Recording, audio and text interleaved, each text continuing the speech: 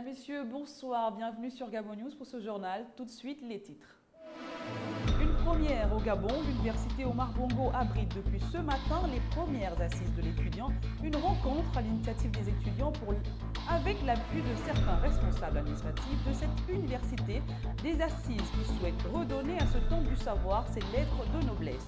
Une occasion pour les étudiants de faire le diagnostic et de proposer des solutions. Et puis parlons à présent de l'OIDF, l'Observation internationale pour l'intégrité et la dignité de la famille, qui propose un camp de vacances aux enfants déficients et souffrant d'épilepsie. Cette ONG se bat chaque jour sans aucune distinction pour offrir un bien-être à ses enfants, un geste plutôt encourageant. Je vous l'annonçais en titre, ouverture ce matin à l'université Omar Bongo du Gabon des premières assises de l'étudiant, des assises qui invitent les étudiants gabonais à penser l'image de ce temple du savoir qui est mis à mal depuis près de 24 ans. Une occasion pour les étudiants de faire le diagnostic et de proposer des solutions. C'est un reportage de Mirande Angué, Martial Tonga et Refu Itoga. Les assises de l'étudiant, une première dans l'histoire de l'enseignement supérieur au Gabon depuis 1990. Elles interviennent dans un contexte de crise. Elles permettront de mettre tout à plat, faire le diagnostic et surtout trouver le véritable remède pour la bonne santé de l'université. Une initiative saluée ici par le représentant du professeur Marc-Louis Ropivia, recteur de l'université Omar Bongo. Il s'avère que les étudiants, pour ne pas dire une partie d'étudiants, conscients de la responsabilité qui est la leur dans la marche de cette institution, prend résolument l'initiative de réfléchir sur les conditions d'études dans cette première université gabonaise. Mesmes Simao, conseiller du recteur, espère que ces assises vont contribuer à améliorer, sinon trouver de véritables solutions aux crises qui durent et perdurent au sein du temple savoir. Le professeur Marc-Louis Ropivia attend beaucoup des réflexions qui seront les vôtres au cours de ces assises. Il va sans dire que les résolutions ou les recommandations qui seront les vôtres au cours de ces assises pourront permettre, bien entendu, seront non seulement prises en compte, mais également pourront permettre d'améliorer la gouvernance universitaire. Plusieurs communications et travaux en atelier sont à l'ordre du jour pour édifier les anciens et nouveaux étudiants sur l'histoire de l'université Omar Bongo de 1990 à nos jours. Ces assises de l'étudiant sont une première et sont l'œuvre des étudiants de l'université Omar Bongo. Ils veulent discuter, mettre tout à plat pour redonner une nouvelle image à cet univers afin qu'il puisse enfin régner une ambiance sereine. Nos reporters Martial Tonga, Refu Itoga y étaient.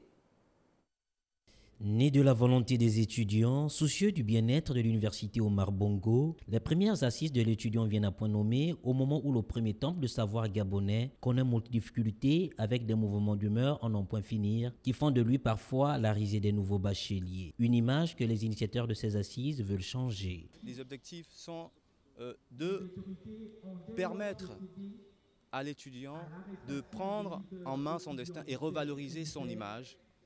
Ce sont les objectifs de ces assises et de permettre aussi à ceux qui participent, à nous, de connaître l'histoire de notre université et de tout ce qui a été fait jusqu'à maintenant. Pourquoi depuis 24 ans déjà, l'université Omar Bongo est toujours dans ce bouillonnement, dans cette boue en fait.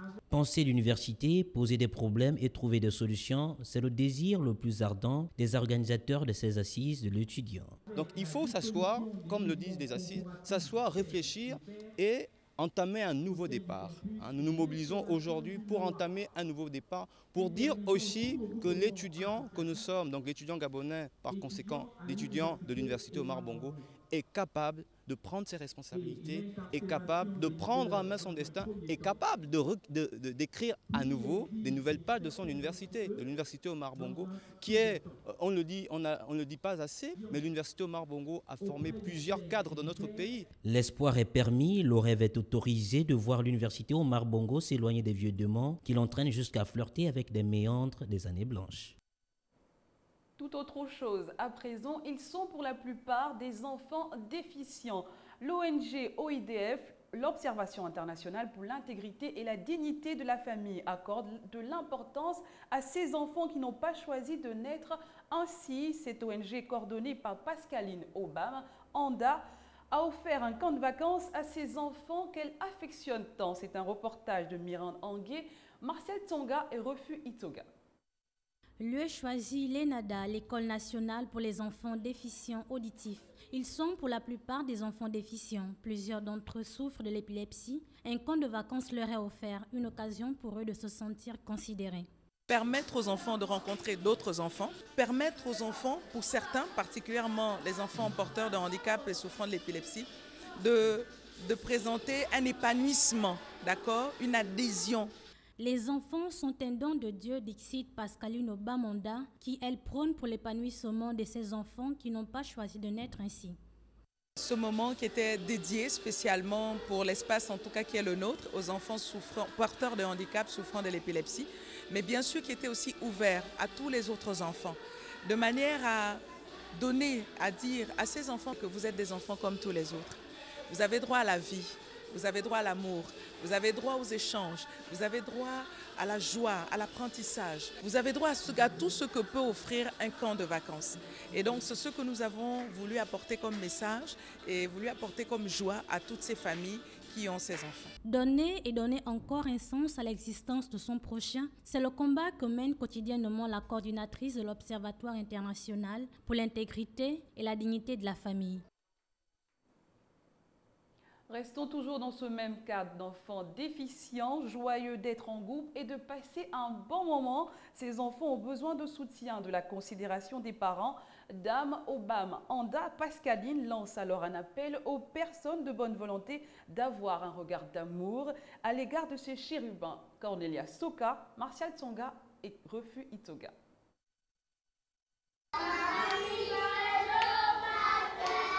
Ils sont joyeux, ils crient, dansent, chantent et s'adonnent parfois aux activités ludiques. Ces enfants qui présentent des insuffisances cliniques sur le plan physique ou intellectuel trouvent ici un lieu de réjouissance. Un lieu de réjouissance qui leur permet d'être épanouis. Nous avions des enfants qui, lorsqu'ils venaient, ils étaient plutôt renfermés.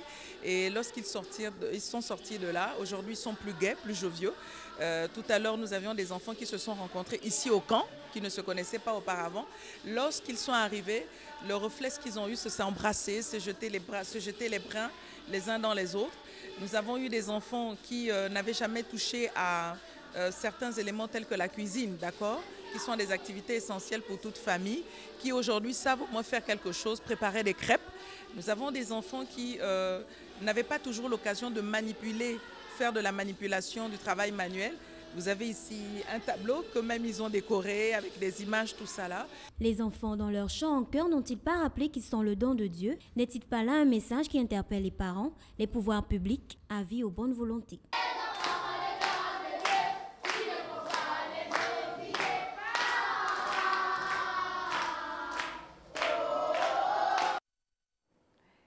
Sur cette clôture de la 8e réunion du groupe focal de l'AFERA, l'association de fonds d'entretien routier africain, qui a eu lieu hier à Libreville. 48 heures de travaux en atelier ont permis aux membres de cette association de produire un rapport faisant état des conclusions. Marvin Beryl, Martial Tsonga et Refus Itoga. Adéquation entre les outils et mécanismes de programmation des travaux financés par les fonds et les ressources mobilisées était le thème qui a ponctué les 48 heures des travaux de la 8e réunion du groupe focal Afrique de l'AFERA. À la fin des ateliers, quelques conclusions. La faiblesse des ressources eu égard à l'étendue des linéaires à entretenir. La faible capacité d'absorption des budgets alloués à l'entretien par les PME et les agences routières. La faiblesse des mécanismes de recouvrement. La lourdeur des procédures de passation des marchés, la trop forte dépendance aux dotations budgétaires de l'État et les lenteurs administratives dans la mise à disposition des ressources. Si le capital humain est entre autres mis en exergue dans les conclusions, les recommandations ne sont pas en marge de ce qui précède. A. La volonté politique des gouvernants doit être clairement affirmée pour que les FER collectent leurs ressources en direct. B. Le niveau prévisionnel des ressources doivent être communiquées aux gestionnaires du réseau routier avant la programmation. C. La redevance d'usage de la route représente certes plus de 70 à 80% des ressources des FER, mais il faut activer le recouvrement des autres ressources prévues par la loi au regard des besoins d'entretien routier qui sont sans cesse croissants du fait du développement des réseaux routiers africains. Il est à rappeler à des fins utiles que l'AFERA, Association des fonds d'entretien routier africains, a été créée au Gabon en décembre 2003, dont l'objectif est de sécuriser les ressources destinées à la maintenance des routes et leur entretien. Refermons ce journal à présent, toujours avec ces travaux de la 8e réunion de l'AFERA. 2 jours durant ont conduit aux propositions avant leur clôture. Des propositions qui ont pour la plupart d'une grande importance. Voyons cela avec Marvin Beryl, Martial Tsonga et Refu Itoga. Fini les recommandations et les propositions de la 8e réunion du groupe focal de l'AFERA. Le rapport de cette rencontre a aussi eu de la place pour les amendements. Les Fers d'Afrique centrale ont réaffirmé leur attachement aux valeurs de bonne gouvernance, à la valorisation du capital humain, au développement des infrastructures routières en particulier et au développement durable en général. Représentant le ministre empêché, le secrétaire général du ministère a non seulement apprécié la tenue de cette 8e réunion, mais également invité les membres de l'AFERA à faire bon usage du rapport. Si on en croit les conclusions de votre rapport général, des améliorations restent à apporter au niveau de chaque pays, notamment au plan de l'utilisation d'outils d'aide à la décision, de la programmation optimale des travaux et de la mobilisation suffisante des ressources en adéquation avec les besoins d'entretien routier connus. Je vous invite donc, pour améliorer les performances de nos fonds d'entretien routier, à vous approprier les dites recommandations et à élaborer un plan d'action pour la mise en œuvre de celle-ci. La prochaine réunion, celle de l'Association des fonds d'entretien routier africains, la 9e, se tiendra en septembre à Kinshasa, en République démocratique du Congo. Voilà, c'est ainsi s'achève cette édition d'information. Merci de votre attention. L'info se poursuit sur www.gabonnews.com. Je vous souhaite à tous un très bon week-end. À très bientôt.